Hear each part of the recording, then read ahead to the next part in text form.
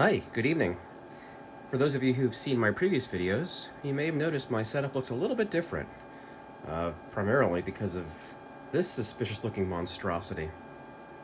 Another giveaway that something has changed might have been the absence of these fellows, which used to sit right under the indicator.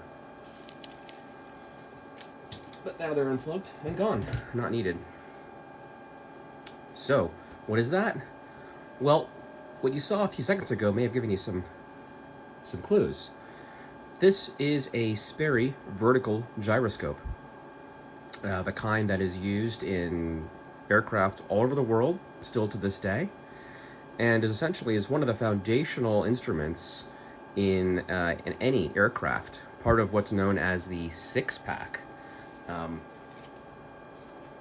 Collectively, it's one of three gyroscopic instruments, but the six-pack consists of the airspeed indicator, the attitude/horizon gyroscope, the altimeter, the turn and bank, which is another gyroscope-based device, directional gyro, which is also gyroscopic, and vertical speed, which is also an air-based instrument. I won't go into any of those in this video, but I wanted to show you that in part of the larger context, the gyroscope is an instrumental piece of avionics equipment. So, what was all that shaking and moving around about?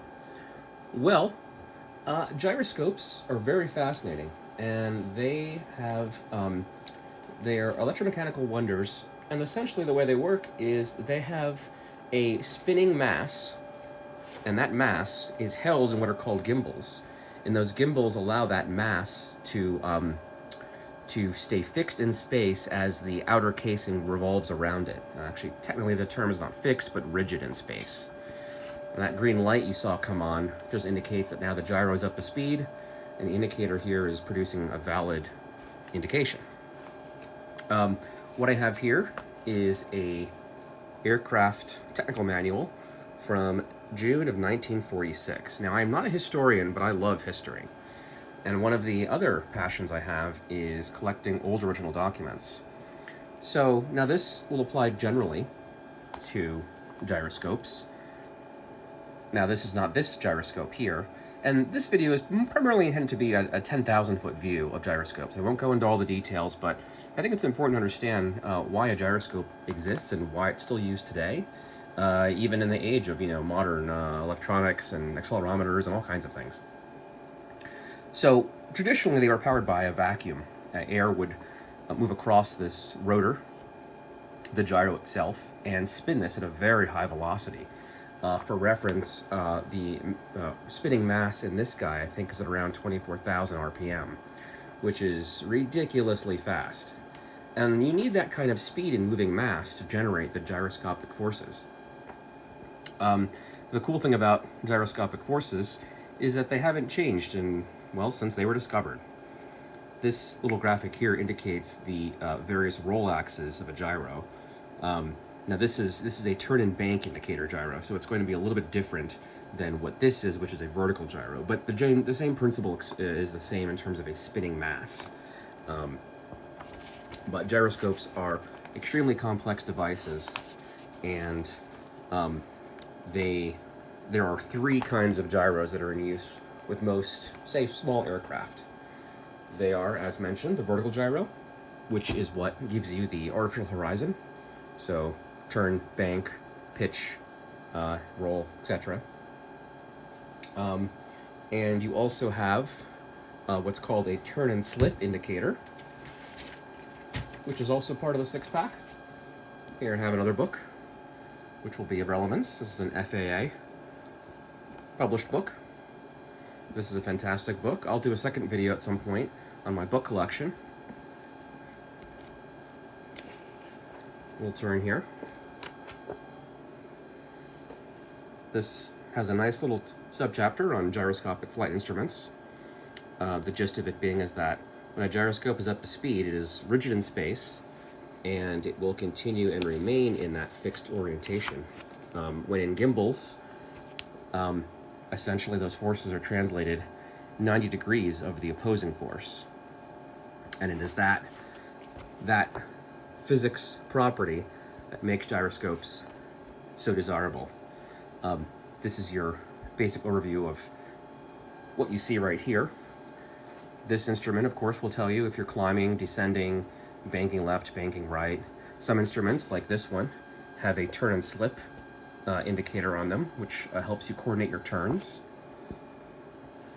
And then directional gyros, which can be part of a larger system, but those gyros also function the same way, but they are gimbaled a little bit differently.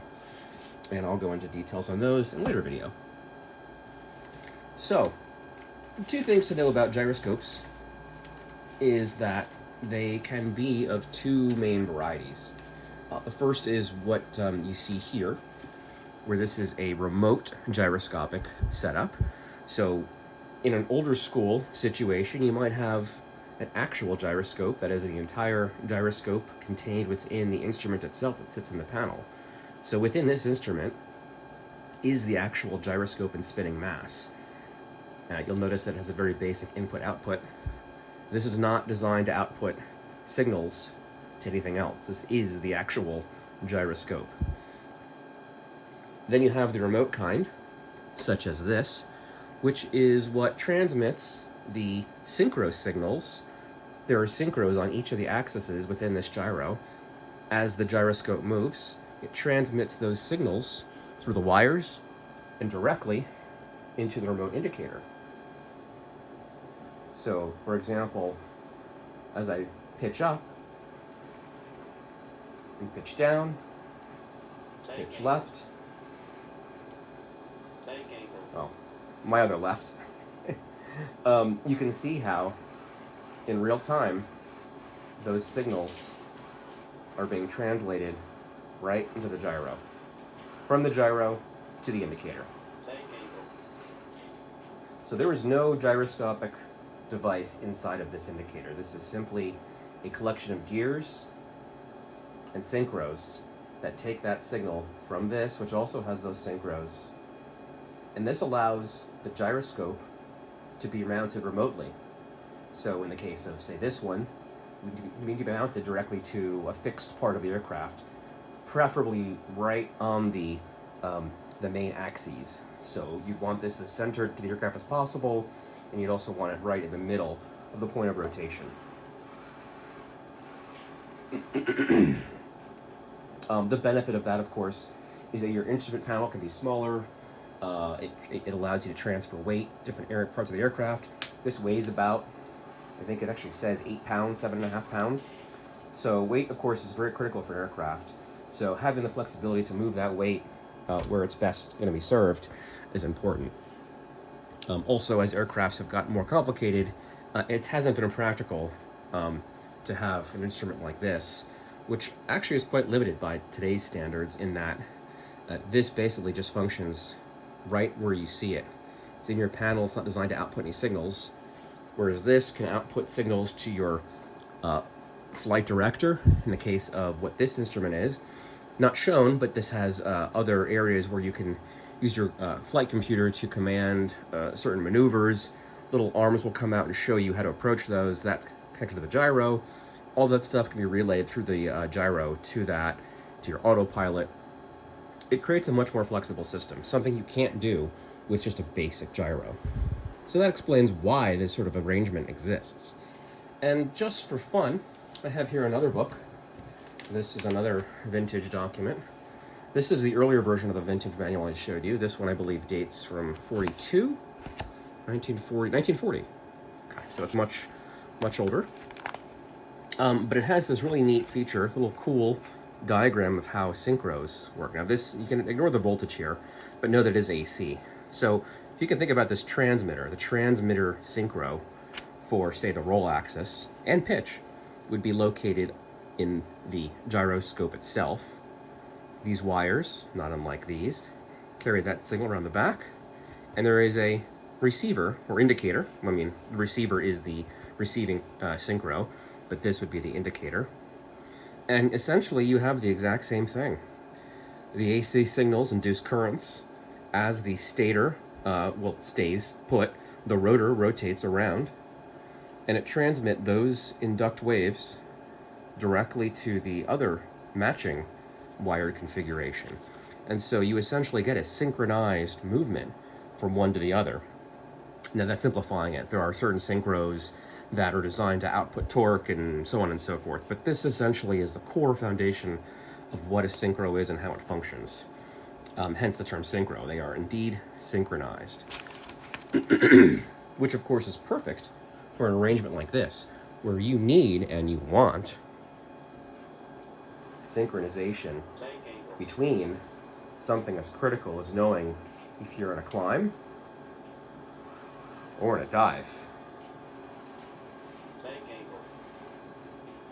And synchros, not requiring any kind of fancy computer equipment in them, are reliable and easy to wire up. All the things you want in a system that's already quite complex. So, let's talk about this gyro in particular. As I mentioned, this gyro, like every other gyro, functions on the principle of gyroscopic forces, and as the aircraft moves around, we'll say the Earth, that gyro needs to actually be pushed back into position. If you think about it, a gyro is rigid in space. That's fine and dandy, but a gyroscope needs to be able to tell you where you are relative to the Earth, not some object in space. So gyroscopes are generally equipped with some devices to help keep them vertically oriented relative to the Earth. Sometimes they use air vanes that kind of push them in that vertical. There are a few different methods. I'm not an expert on it. But this shows you a nice arrangement of the gimbals. So here you can see this would be a compass indicator. This is one that would measure rotation along the vertical axis. On the left here you have the horizon. And you can see how the gimbal arrangement is a little bit different here. It allows for rotation in this capacity and in this one, pitch and so forth. Unlike in the FAA book, here you can see how the attitude and horizon will show you precisely the condition of your aircraft. Something very important if you are flying under what are known as IFR rules, or instrument flight rules, which essentially is flying blind. You have just your instruments to trust. And here's the arrangement of the synchros again. You can see here how each of these represents a synchro on a different axis, and then those get sent out to the various indicators and systems. And then it goes on.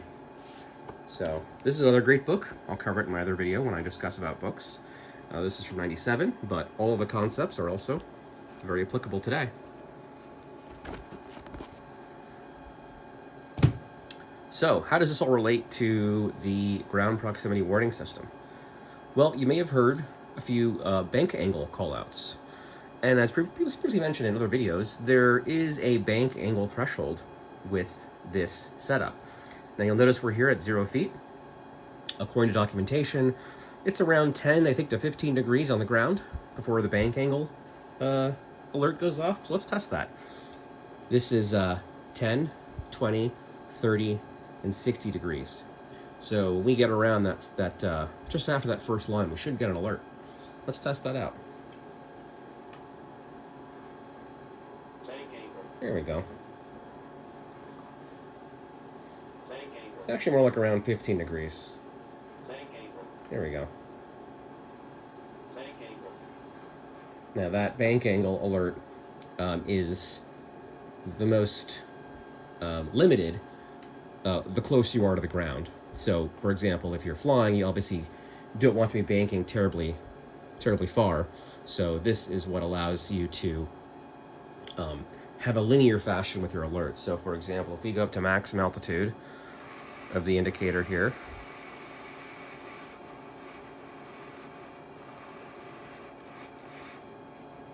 the bank angle, I believe, will be around 55 degrees.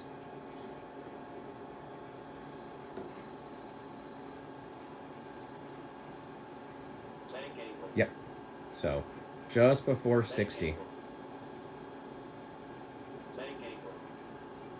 So there you have it. So that's how that ties in to that.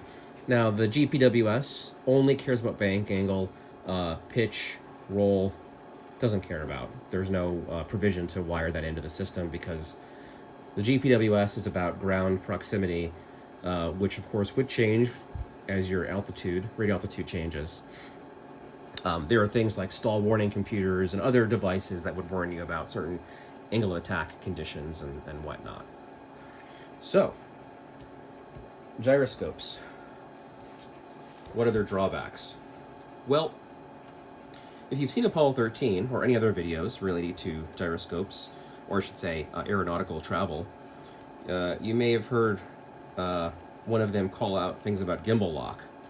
I'm not an expert, but gimbal lock is a real thing. If you can imagine that gyroscope in those gimbals, and actually no need to imagine it because I will show you that drawing again.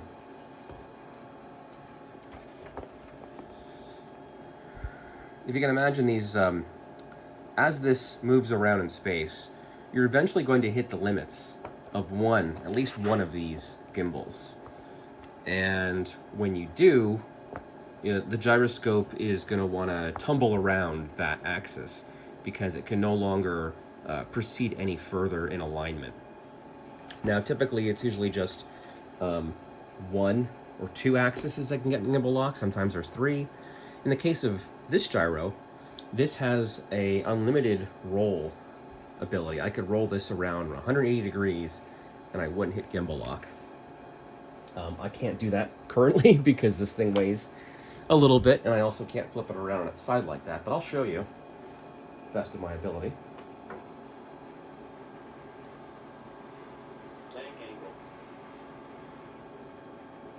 So, the gyroscope doesn't care about roll. It will center. You could do a barrel roll, you'd be fine. Now, in the case of this gyro, however, it does have a vertical limit. It is 85 degrees up or down. So when you hit that limit, what's going to happen is it'll hit that gimbal lock and the gyro will begin to tumble, which, as you might imagine, in an aircraft situation where a gyroscope is showing you exactly which way you're pointed as far as up or down, left or right, or banking, you don't want that to happen. It's a very bad situation. So let's show what that looks like. So remember, in our case, 85 degrees is where the gimbal will lock. There we go. Now, I know you can't really see this, but the gyroscope is actually fighting my movement. Because it's essentially right on the axis of where it wants to turn, it's causing, I can feel it fighting me. That's not me moving it, that's the gyroscope kind of oscillating around, as is evident by the fact that you can see it spinning around on the indicator. As you might imagine, this is a very bad situation. You wouldn't want the gyroscope to do that. So, the issue, of course, with gimbal lock is you'll notice that even though now the gyro is level, the indicator is reading something other than level. The gyroscope has essentially erected, as it's called, to a false level. In there, it believes this is level. So how do you address that? Well, I believe all gyros have what's called a fast erect option, or in this case, it's a switch. I'll enable it now. Now, since gyroscopes resist forces on them, the way they overcome this false horizon that has been set is there are specific motors called torque motors on each of the axes. And the way those motors work is they will impart that force to recenter the gyro into a proper horizon. And how do those know when they've reached the proper horizon? Well, there are little bubble levels, little liquid-filled switches, and then upon an off-axis unlevel condition, those switches will trigger a relay, which will effectively tell the circuitry when it is level and when it is not level. So as you can see, we're back in business. We are level once again, and as long as I don't exceed those limits, the gyro is now back full operation. and trustworthy, and will recenter upon level flight. So there you have it. Funny to note, you'll notice that as I move this, it appears to want to turn on its base. Well, that's actually by design. This gyroscope is located within this cylinder that is dampened by these end rubber isolators.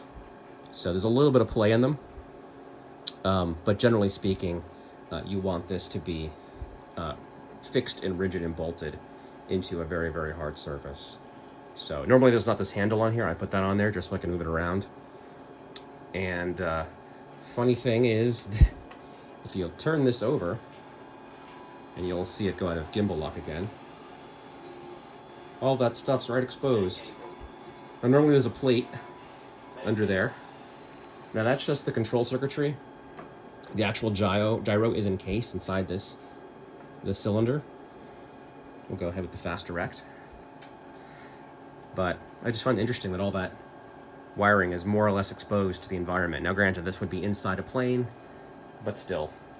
And not just this gyro. Many gyros of this era, from the 60s, 70s, and 80s, have the same sort of exposed circuitry. But I guess that's just how it is.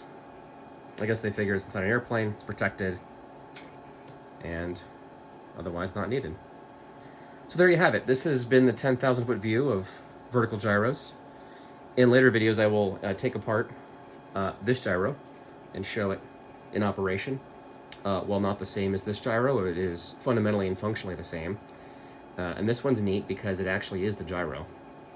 And you'll see it you'll be able to see the spinning gyroscope move around, or rather remain fixed as I spin this around. So that'll be a neat video coming later. I will also show you the other kind of gyro, which would be a directional gyro, which only reads movement along this axis. This essentially is a compass, so it doesn't care about vertical movements, only horizontal. And then the last kind of gyro of the six-pack would be your turn and slip indicator. In this case, this is the turn and slip indicator. There's also a turn coordinator. This is another kind of a gyro. It's a rate gyro, so it only cares about horizontal. But unlike an attitude gyro, it will recenter itself, and that's by design, and I'll show you what that looks like in the other video. So once again, a brief overview. If you have any questions, specifically, or you want to see some particular inducement of a certain behavior within the gyroscope, please let me know, and I will be happy to oblige. Again, very dense topic here, but I figure this will just kind of kick off the topic on gyros. So until next time, thanks for watching.